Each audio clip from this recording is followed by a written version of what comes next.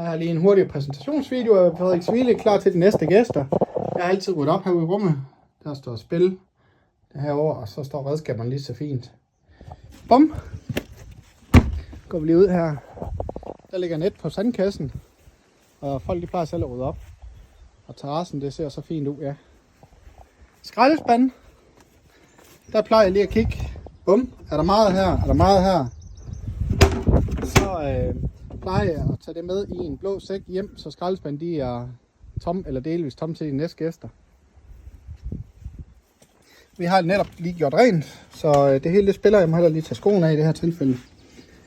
Jeg skal lige hurtigt se, hvordan det plejer at se ud her. Ikke noget hokus pokus, og jeg tænker ikke, der er nogen, der bruger vaskemaskinen ved det næste besøg.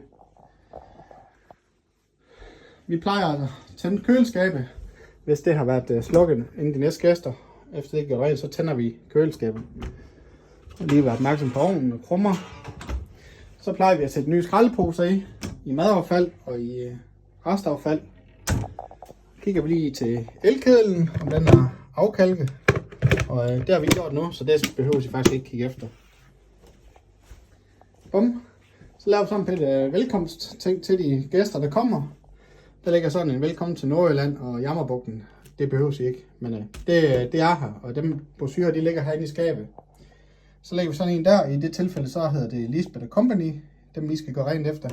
Så stiller vi sådan en bærvin og en toffefi, og så har vi lagt noget til deres lille hund, dem der kommer den her gang. De næste, der kommer ikke gå rent til, det kommer med en stor hund. Så, men vi har lavet et velkomstpakke. Bum, stuen.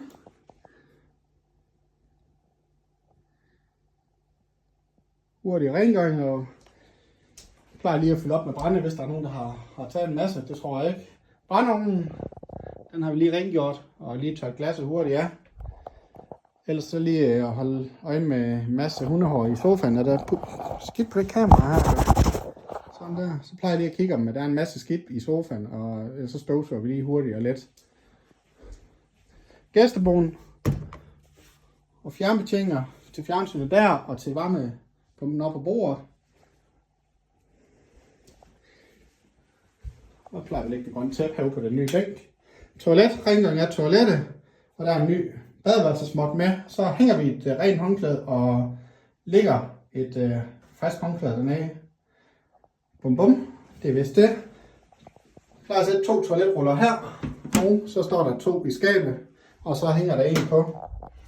Og deres shampoo, det er lige fyldt op, så det er heller ikke relevant. Så det er det. Og nu vi lige var det, så var med køkkenrulle. Der plejer jeg lige at sætte en helt ny rulle på her, og så den rulle, der er her, når vi kommer op, den bruger vi til rengøring. Vi prøver at trække lidt videre. Så har vi støvsuger og vaske gulv. That's it.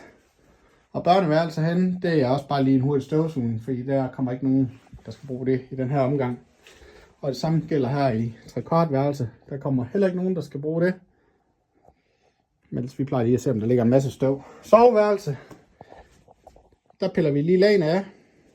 Og lægger nyt lag på. Heroppe under, der ligger en ekstra som beskyttelseslag. Det lader I bare ligge, og så skifter I bare det hvide lag.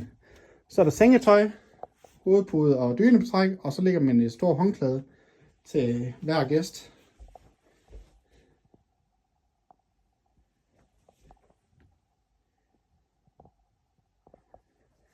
Jeg tror, det var det. Så har vi vasket gulven til sidst. Og så lige detaljemæssigt, så har vi slukket varmvandsbeholderen, så har jeg skrevet, at det tænder de når ved ankomst. Så ligger der, så ligger der 2 mopper her og en klud som rengøring, sammen med rengøringsspanden. Det står her. Vi lige prøve at se herude. Og det er kun til jer, og til rengøringen heroppe, der er der faste forsyninger, toiletpapir og køkkenrulle.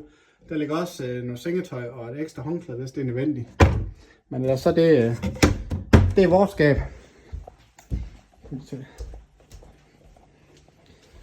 Kan vi lige sige her. Ude i køkkenet, der tjekker vi lige mikrobølgeovnen og ovnen, som sagt, og lige tjekker, om der ikke er krummer deri.